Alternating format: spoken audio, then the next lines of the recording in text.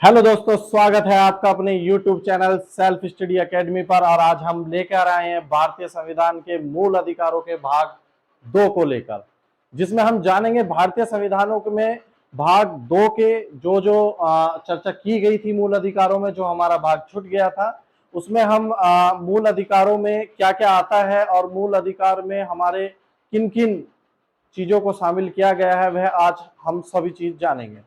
सबसे पहले आप सभी को हैप्पी टीचर्स डे।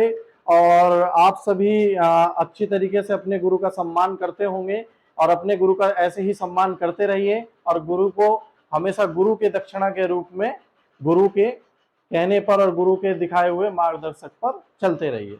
तो शुरुआत करते हैं हम अपने आगे की बात, जिसमें हम सबसे पहले जानेंगे अब धार्मिक स्वतंत्रता का अधिकार, जिसे अनुच्छेद 25 से लेकर 28 तक बात कही गई है। जिसमें अनुच्छेद 25 की बात करें हम तो अंतःकरण की और धर्म की और रूप में मानने वाले आचरण प्रचार करने की स्वतंत्रता दी गई है।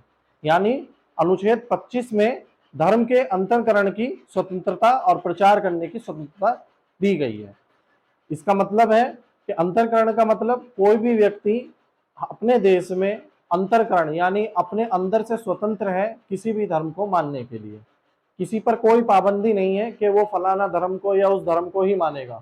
वो अंतःकरण की भारतीय संविधान ने उसको अधिकार दिया हुआ है कि वह किसी भी धर्म पे अपनी अंतःकरण को मान सकता है या उसको अपना सकता है। वहीं प्रचार की बात करें तो भारतीय संविधान में किसी को भी अपने धर्म के प्रचार करने की स्वतंत्रता हमारे अनुच्छेद 25 के अंतर्गत भारतीय संविधान के द्वारा मौलिक अधिकारों में दिया गया है। नेक्स्ट अनुच्छेद 26 की बात करें तो धार्मिक कार्यों के लिए प्रबंध की स्वतंत्रता। यानी धार्मिक कार्यों से मतलब है कि सामूहिक रूप से जो भी धार्मिक कार्य किए जाते हैं, किसी मंदिर का निर्माण या मस्जिद का निर्माण, गुरुद्वारे का निर्माण, चर्च का निर्माण, तो सामूहिक रूप से उसकी स्वतंत्रता अनुच्छेद 26 के अंतर्गत दी गई हुई है। अगली बात करें हम अनुच्छेद 27 की तो 27 में किसी विशिष्ट धर्म की अभिवृद्धि के लिए करों के संयाद के बारे में स्वतंत्रता। यानी कोई भी धर्म यानी कोई भी अगर धर्म है हमारा तो उसको करों से यानी टैक्स से छूट प्रदान की गई है, वह हमें अनुच्छेद 27 के अंतर्गत रखा गया है। वही अनुच्छेद 28 की बात करें तो कुल शिक्षा संस्थाओं में धार्मिक शिक्षा का या धार्मिक उपासना में उपस्थित होने की स्वतंत्रता।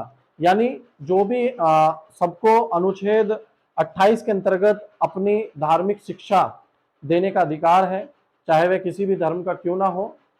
अपने किसी धार्मिक केंद्र पर वह अपनी धर्म की शिक्षा को प्रचार या प्रसारित कर सकता है, दे सकता है। इसकी स्वतंत्रता हमारे मूल अधिकारों ने भारतीय संविधान में दी है। अगर बात करें हम अगला तो अगला आता है हमारा संस्कृति एवं शिक्षा संबंधी अधिकार, जिसे अनुच्छेद 29 से अनुच्छेद 30 तक दिया गया है। तो इस मौलिक अधिकार में अनुच्छेद 29 में बात कही गई है अल्पसंख्यकों वर्गों के हितों के संरक्षण। आप जानते होंगे अल्पसंख्यकों के वर्गों के हितों के संरक्षण के बारे में। हमारे भारतीय में मूल अधिकारों में अल्पसंख्यकों के संरक्षण की बात कही गई है, जिसमें जो भी अल्पसंख्यक वर्ग होगा उसको एक विशेष संरक्षण दिया गया है ताकि वह अपनी लोगों के लिए प्रगति कर सके, अपने उत्थान के लिए लोगों तक अपनी बातों को पहुंचा सके। उसके लिए मूल अधिकारों में उनको संरक्षण दिया गया है। वहीं अनुच्छेद 30 की बात करते हैं तो शिक्षा संस्थाओं की स्थापना और प्रशासन करने का अल्पसंख्यक वर्गों को अधिकार दिया गया है। शिक्षा संस्थाओं में स्थापना यानी कोई भी अल्पसंख्यक वर्ग अपनी धर्म को लेकर, अपनी धार्मिक चीजों को लेकर शिक्षा की संस्थानों को खोल सकता है। अपनी संस्कृति को बढ़ावा देने के लिए अपने शिक्षण संस्थान खोल सकता है। साथ ही उसमें प्रशासन का करने का अल्पसंख्यक वर्गों का अधिकार भी उसमें दिया गया है। वहीं अगर हम बात करें सबसे महत्वपूर्ण, जिसे भारतीय संविधान में संविधान की आत्मा भी कहा जाता है, संवैधानिक उपचारों का अधिकार अनुच्छेद 32 के अंतर्गत रखा गया है। लेकिन दोस्तों इससे बताने से पहले सबसे पहले मैं बताता हूं आपको, इसमें एक भारतीय संविधान में एक मूल अधिकार था संपत्ति का अधिकार। जब संविधान का निर्माण हो रहा था तो उस समय पर संविधान निर्माताओं ने एक अनुच्छेद 31 में संविधान निर्माताओं ने संपत्ति के अधिकारों को रखा गया था।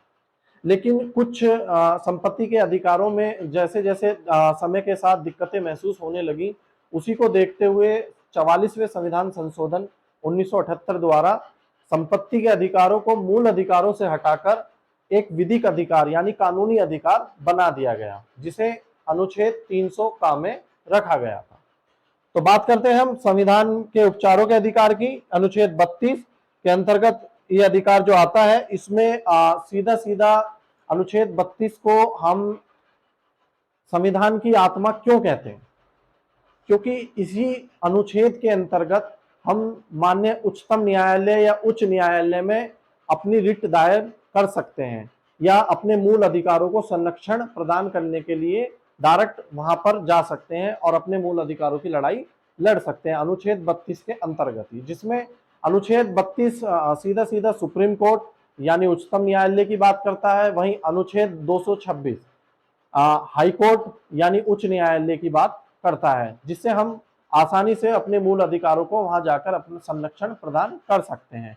इसी के अंतर्गत जो 5 महत्वपूर्ण रिट दी गई है, सबसे पहले आता है इसी में हमारा बंदी प्रत्यक्षीकरण। बंदी प्रत्यक्षीकरण, बंदी प्रत्यक्षीकरण का सीधा सीधा तात्पर्य अर्थ है शरीर का उपस्थितिकरण, यानी जब कोई व्यक्ति गैर कानूनी तरीके से हिरासत में ले लिया जाता है, यानी एक छोटा सा उदाहरण आप समझिए, कोई व्यक्ति है और उसने किसी व्यक्ति पर कोई आरोप लगाया है किसी भी प्रकार का, चाहे लड़ाई का हो या फिर चोरी का हो या किसी भी प्रकार का हो, और साथ ही कोई पुलिस वाला या फिर कोई उसका रिश्तेदार हो या फिर अन्य कोई भी हो सकता है, बिना एफआईआर करे अगर उस दूसरे व्यक्ति को हिरासत में लेता है, तो यह बंदी प्रत्यक्षीकरण करने वाली रिट को सुप्रीम कोर्ट में या फिर हाई कोर्ट में दाखिल कर उसकी उपस्थिति को दर्ज कराया जा सकता है। वहीं अगली बात करें हम परमादेश की।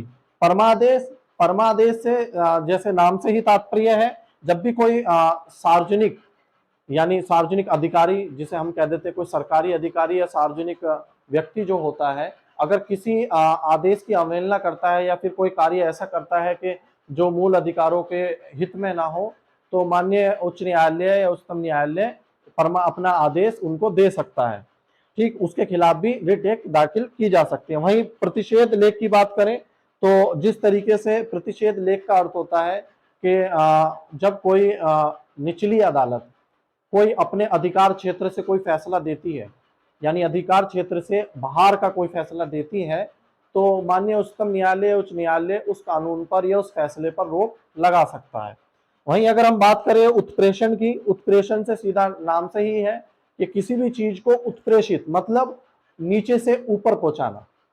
तो नीचे से ऊपर का सीधा सीधा मतलब है जब कोई निचली अदालत या फिर कोई भी अदालत हो जो नीचे स्तर पे हो, वह अगर कोई ऐसा फैसला देती है जो कानून का उल्लंघन करती हो या मूल अधिकारों का उल्लंघन करती हो, तो सीधे सीधे ऊपर सुप्रीम कोर्ट या हाई कोर्ट उस फैसले को या उस नियम को, जो भी कानून का उल्लंघन हो रहा है, अपने पास बुला लेता है, जिससे उस कानून की या उसकी संरक्षण की बात कही जाती है। अगला आता है अंतिम हमारा इसमें अधिकार परीक्षा। अधिकार परीक्षा का सीधा सीधा मतलब है कि जब भी कोई सार्वजनिक व्यक्ति यानी कोई सरकारी, जिसमें सरकार जुड़ जाती है, सरकारी अधिकारी, ठीक, उस अधिकार का यानी कोई निजी व्यक्ति अगर अपने अधिकारों का या फिर उल्लंघन करता है, मतलब एक सार्वजनिक पद पे रहते हुए या सार्वजनिक पद पे कोई निजी व्यक्ति जाता है और उस चीज का उल्लंघन करता है, तो सीधा सीधा इसके अधिकार परीक्षा की बात कही जाती है और उसके खिलाफ इस चीज को लेकर रिट दाखिल की जा सकती है। तो साथियों, ये सभी आपके अधिकार थे, मूल अधिकार, जिनको हमने आपको भाग 1 और भाग 2 में आज समझाया है। और भाग 2 में जो हमने आज ये आपको समझा है, आप सभी इसका स्क्रीनशॉट ले लीजिए, ताकि आपकी आगामी परीक्षाओं में, बहुत लोगों की नजदीकी परीक्षाएं आ रही है, यूपी पैट की भी आ रही है, साथ में यूपी SSS की है, राजस्थान PCS का पेपर है, सभी की परीक्षाएं लगभग नजदीके हैं। तो ये चीजें आपके बहुत शॉर्ट नोट्स ये हमने जो बनाए हैं, ये आपके काम आने वाले हैं। इसका एक स्क्रीनशॉट ले लीजिए। मैं साइड हो जाता हूं जरा, आप एक स्क्रीनशॉट ले लीजिए।